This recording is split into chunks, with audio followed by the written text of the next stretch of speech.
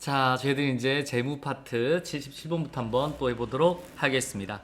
자, 점중지는 합리적, 분석적 의사결정과 최적의 자원 배분을 전제한다. O예요, X요? X 되겠습니다. 뭐라고 해야 돼요? 총체주의, 그리고 합리적, 총체주의, 경작적 방식으로 하는 거죠. 총체주의 방식이다라고 보시면 되겠고요.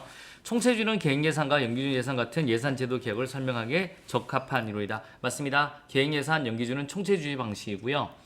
그 다음에 우리가 이제 품목별이나 우리 성과주의는 점중주의 방식이다라고 보시면 되겠습니다.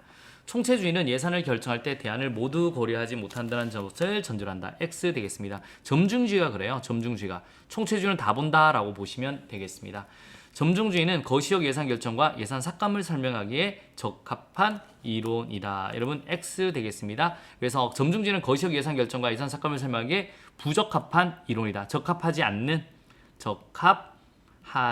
않는. 왜냐면 타협과 조정을 해야 되니까 미시적으로 결정이 됩니다. 그리고 까는 게 설명이 잘 안 돼요. 기존 플러스 알파니까. 그래서 X 되겠습니다. 자, 예산 과정은 예산 편성한 다음에 예산 심의를 거쳐서 예산을 집행하고 결산의 순으로 이루어진다. O 되겠습니다. 각 중앙부처가 총액 한도를 지정한 후에 사업별 예산을 편성하고 있어 기획재정부의 사업별 예산 통제 기능은 미약하다. X 되겠습니다. 우리 총액 배분 잘 편성하잖아요. 분야 부문까지 총액을 떨어뜨리고 있기 때문에 기재부의 사업별 예산 통제 기능은 여전히 이제 강화된다. 여전히 통제 기능은 미약하다 아니라 굉장히 강하다. 통제 기능은 강하다라고 하셔야 됩니다. 정부가 예산안 편성 시 감사원의 세출 예산 요구액을 감액하고자 할 때는 국무회에서 감사원장의 의견을 구할 필요가 없다. X 되겠습니다. 이때는 감사원장의 의견을 구하여야 한다. 왜냐하면 감사원 같은 걸 까버리면 감사원이 업무를 못합니다. 독립통제기관인데. 그렇기 때문에 반드시 감사원장의 의견을 구해야 되는 거고요. 84번 갑니다. 국회는 정부의 동의 없이 정부가 제출한 지출 예산 각 항의 금액을 증가시킬 수 있다. 없어요. 동의 없이는 정부가 제출한 지출 예산 각 항의 금액을 증가시킬 수 없다라고 하셔야 되겠습니다. 국방부의 2022년도 예산에 대한 예산 요구서 작성은 2022년도에 이루어진다. X 되겠습니다. 2022년도의 예산에 대한 예산 요구서 작성은 2021년도에 이루어진다라고 하셔야 됩니다. 대통령의 2022년도 예산에 대한 시정 연설은 2021년도에 이루어진다. 맞습니다. 2021년도 가가지고 우리 본회의 가가지고 본회의장 가가지고 돈 주세요라고 하는 겁니다. 오케이? O 되겠습니다. 자, 87번 한번 갑니다. 예산의 배정은 행정부처장이 실무부서에게 지출할 수 있는 권한을 부여한다. X 되겠습니다. 이건 무슨 배정? 재배정입니다. 배정은 이제 기재부에서 부처회장한테 주는 거고 부처회장이 실무부서한테 주는 거는 재배정이다라고 하셔야 됩니다. 각 중앙관서의 장이 그 부속기관이나 하위기관의 예산액을 배정하는 것을 배정이라고 한다? 아니죠. 재배정이라고 한다라고 보셔야 됩니다. 기획재정부의 2021년도 예산에 대한 예산 배정은 2020년도에 이루어진다. 아니죠. 21년도 예산에 대한 예산 배정은 2021년도에 이루어집니다. 1사분기, 2사분기, 3사분기, 4사분기 분기별로 끊어서. 예산의 재배정은 신축성을 유지하기 위한 제도다. X 되겠습니다. 통제를 유지하기 위한 거예요. 왜냐하면 그 준 돈 안에서만 쓸 수가 있기 때문에 통제를 유지하기 위한 제도다라고 하셔야 됩니다. 예산 집행의 통제를 확보하기 위해 예비비 총액 계상 제도를 활용하겠다. X 되겠습니다. 뭐를요? 신축성입니다. 신축성. 그래서 비상금이라든가 아니면 총액으로 딱 걸어놓는다라고 보시면 돼요. 신축성. 예비비는 공무원 인건비 인상을 위한 인건비 충당을 목적으로 사용할 수 없다. 딩동댕동. 그래서 인건비 인상을 위해서는 쓸 수가 없습니다. 자, 93번 되겠습니다. 명시율은 집행 과정에서 제의 등의 이유로 불가피하게 다음 연도로 이월된 경비. 불가피하게 다음 연도로 이월된 경비는요. 사고이율입니다. 명시율이 아니라 사고이율.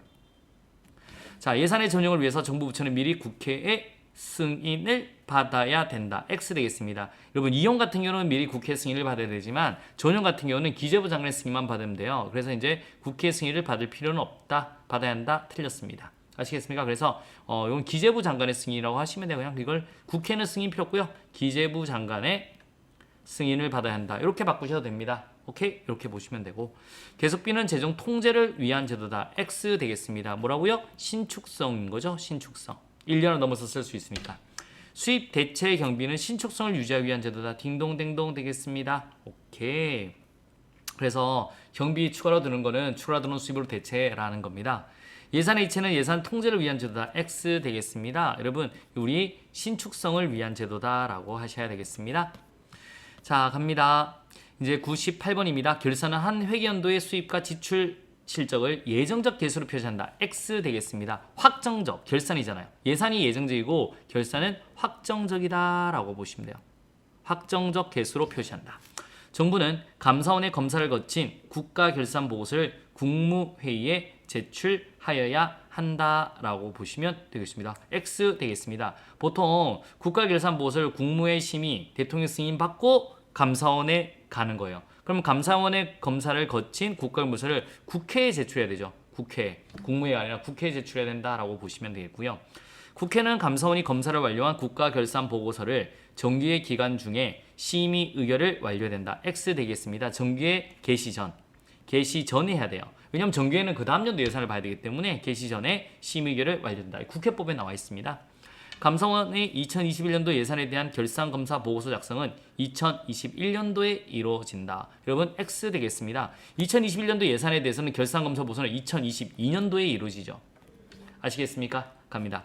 각 중앙가서의 장은 회계연도마다 소관 기금의 결산 보고서를 중앙가서 결산 보고서에 통합하여 작성해야 된다. 딩동댕동. 기금의 결산 보고서도 다 중앙가서 결산 보고서에 통합해서 작성합니다. O 되겠습니다. 결산은 국회 심의를 거쳐 국무회의 의결과 대통령 승인으로 종료된다. X 되겠습니다. 우리 결산은 국무회의 의결과 국무회의 심의와 대통령의 승인을 거치고 감사원에서 검사를 거치고 마지막 국회의 의결로 끝을 내는 거예요. 아시겠습니까? 그래서 국무회의 심의, 대통령 승인, 감사원의 검사, 국회 의결로 끝을 낸다라고 보시면 되겠습니다.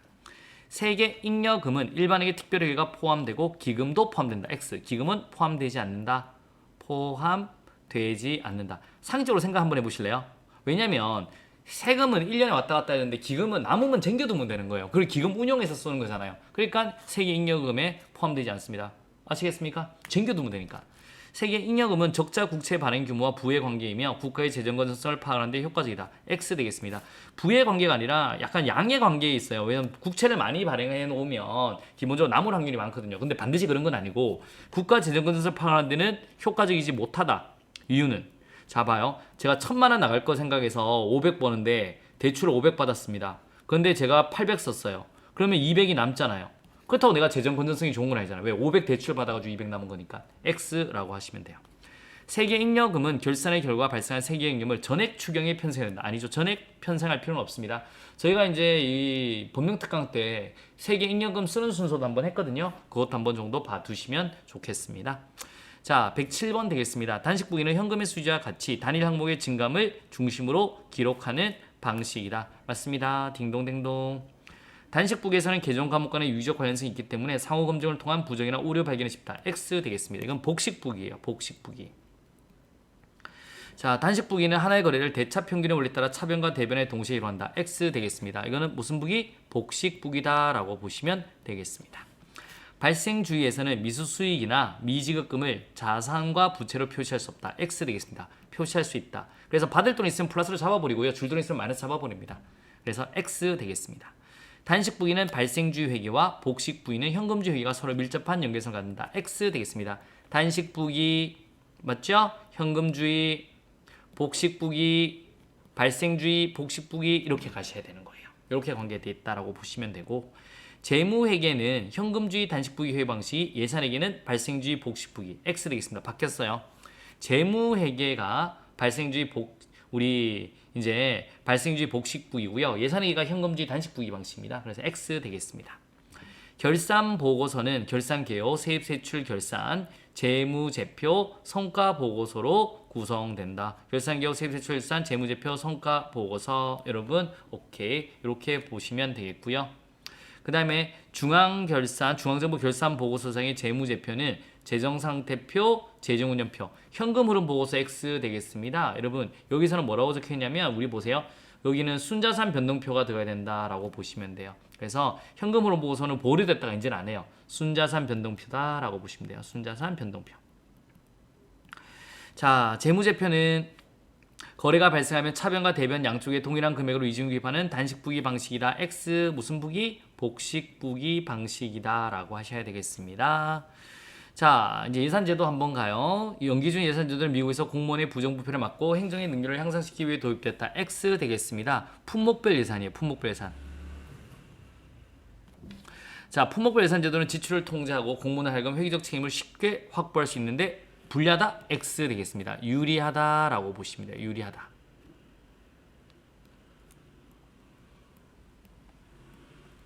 품목별 예산제도는 행정부의 재량권을 확대하기 위해 도입됐다. X 되겠습니다. 재량권을 축소, 통제하기 위해 도입되었다라고 보시면 되겠고요. 품목별 예산제도는 예산 집행의 책임성을 확보할 수 있는 통제 지향의 예산제도다. 맞습니다. LBS 입수를 통제라는 거죠. 품목별 예산제도는 일에 대한 정보를 제공하며 세입 세출의 유기적 연계를 고려한다. X 되겠습니다. 일에 대한 정보를 제공하지 못하며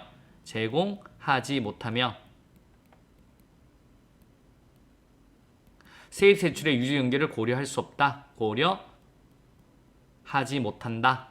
이렇게 보시면 돼요. 품목별 예산제도는 특정 사업의 지출 성과에 대해서 파악하기가 유리하다. 여러분, 품목별은 뭐 사는데 이걸 뭘 하는지는 몰라요. 그래서 특정 사업의 지출 성과에 대해서 파악하기가 곤란하다. 왜? 물건 사가지고 뭐 하는지가 안 나오니까. 그래서 지출 성과에 대한 파악하기가 곤란하다라고 하시면 되고요.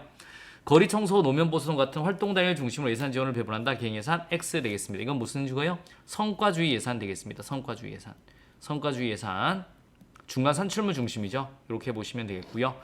자, 품목별 예산제도는 사업의 단위 원가를 기초로 예산을 편성한다. X 되겠습니다. 원가 나오죠? 성과주의 예산이다라고 보시면 되겠습니다. 성과주의 예산. 자, 계획예산제도는 업무량과 단위당 원가를 곱해 예산을 산정한다. X 되겠습니다. 뭐라고요? 성과주의 예산이다라고 보시면 되겠습니다. 성과주의 예산제도의 도입으로에도 불구하고 품목 예산제도는 우리나라에서 활용되고 있지 않다. 아니죠. 여전히 활용되고 있다. 이런 품목이 메인이에요. 품목이 기본입니다. 그래서 여전히 활용된다라고 보시면 되고요. 연기준 예산제도는 미국 케네디 행정부의 국방장관이 맥나마라가 국방부에 최초로 도입했다. X 되겠습니다. 계획예산이에요. 여러분, 우리 국방 예산 같은 경우는 한 방에 못 끝낸다고요. 그래서 계획 예산 제도다라고 보시면 되겠습니다. 자, 계획 예산 제도는 당시 미국의 국방장관이었던 맥나마라에 의해 국방부에 처음 도입됐고 국방부의 성공적인 예산 계획에 공감한 카터 대통령이 1965년 전 연방정부에 도입했다. X. 카터는 79년 이후죠. 여기는 뭐야? 존슨 대통령이다라고 보시면 돼요. 더 그레이트 소사이티를 만들기 위한 존슨 정부다. 계획예산 제도에서는 단기적인 기획과 장기적인 예산 편성을 연계하여 합리적 예산 배분을 시도한다. X 되겠습니다. 장기적인 기획과 그 다음에 단기적인 예산 편성을 연계했다라고 보시면 돼요. 품목별 예산 제도는 정부활동에 대한 총체적인 사업계획과 우선순위 결정에 유리하다. X 되겠습니다. 정부활동에 대한 총체적인 사업계획과 우선순위 결정에 유리한 거는요, 계획예산이다라고 하셔야 돼요. 계획예산. 계획을 짜고 이런 우리 모든 계산에서 짜니까 뭐 할지 우선순위가 딱 나오죠. 객관적 우선순위가 나옵니다. 성과주의 예산제도는 비용 편익 분석 등을 활용하면서 자원 배분의 합리화를 추구한다. X 되겠습니다. 계획예산 되겠습니다. 계획예산. 자, 연기준 예산제도는 예산을 편성할 때 전년도 예산을 구애받는다. X. 구애받지 않는다.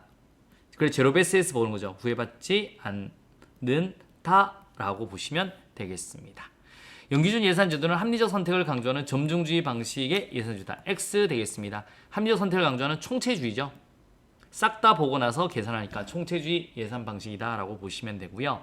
연기준 예산제도는 조직 구성원의 참여가 상대적으로 낮은 직권화된 관리체계다. 야, 필요한 거 다 올려. 내가 안 보고 필요 없으면 깐다. 라고 하니까 여러분, 우리는 참여가 상대적으로 높은 분권화된 관리체계를 갖는다라고 하셔야 돼요. 아시겠습니까? 계획예산 제도는 예산 편성에서 의사결정 단위 설정, 의사결정 패키지 작성 등이 필요하다. X 되겠습니다. 패키지 나오면 연기준이죠. 왜냐하면 계속 해오던 사업 같으면 최저 수준을 할 건지 중간 할 건지 최고 수준을 할 건지도 정해야 되니까. 의사결정 단위가 사업뿐만 아니라 기본적으로 조직도 들어가는 거죠. 연기준 예산 제도는 능률적인 관리를 위해 구성원의 참여를 촉진한다는 점에서는 목표에 의한 관리와 비슷하지 않다. X. 비슷하다라고 하셔야 돼요. 비슷하다. 참여를 하잖아요. MBO도 차 몇 대 팔 건데 10대 팔 건데 참여해서 하는 거고 연기준도 필요한 거 쫙 올려서 계산해서 이제 까는 거죠. 그래서 우리 비슷하다라고 하셔야 됩니다. 연기준 예산 제도는 예산 편성에 비용 노력이 과다한 투입이 요구된다는 비판을 받는다. 맞는 말 되겠습니다. 어떻게 다 올려라고 막 비판을 받죠. 자, 연기준 예산 제도가 단위 사업을 사업 재정 계획을 따라 장기적인 예산 편성 쪽으로 방향을 잡았다면 계획예산제도는 당해 연도의 예산 제약 조건을 먼저 한다. X 되겠습니다. 계획예산이요. 계획예산제도가 기본적으로 요거고요. 반면에 연기준이 요렇다라고 보시면 되겠습니다. 그래서 1년 안에 예산 제약 조건 안에서 이제 까는 거죠. 그래서 X 보시면 되겠습니다. 자, 이제 이렇게까지 저희 재무 파트 끝났고 이제 환류와 지방자치 남았는데요. 조금만 더 노력 부탁드리도록 하겠습니다. 오늘 굉장히 고생하셨고요. 이제 다음에 또 뵙도록 하겠습니다. 수고하셨습니다.